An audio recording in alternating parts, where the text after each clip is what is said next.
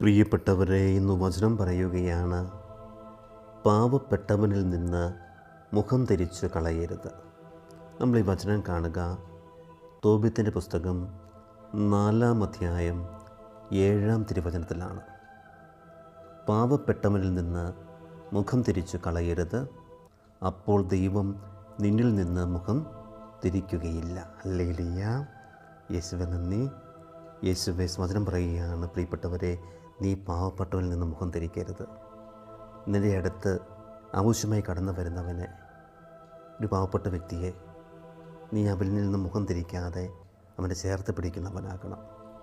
നീ അങ്ങനെ പാവപ്പെട്ടവരോട് കരുണ കാണിക്കുമ്പോൾ വചനം പറയുകയാണ്, അപ്പോൾ ദൈവം നിന്നിൽ നിന്ന് മുഖം തിരിക്കുകയില്ല. ഹല്ലേലൂയ. നീ അവനോട് കരുണ കാണിക്കുമ്പോൾ ദൈവം നിന്നോട് കരുണ കാണിക്കും. നീ അവനെ ചേർത്ത് പിടിക്കുമ്പോൾ ദൈവം നിന്നെയും ചേർത്ത് പിടിക്കും. ദൈവം നമ്മളെ അനുഗ്രഹിക്കട്ടെ.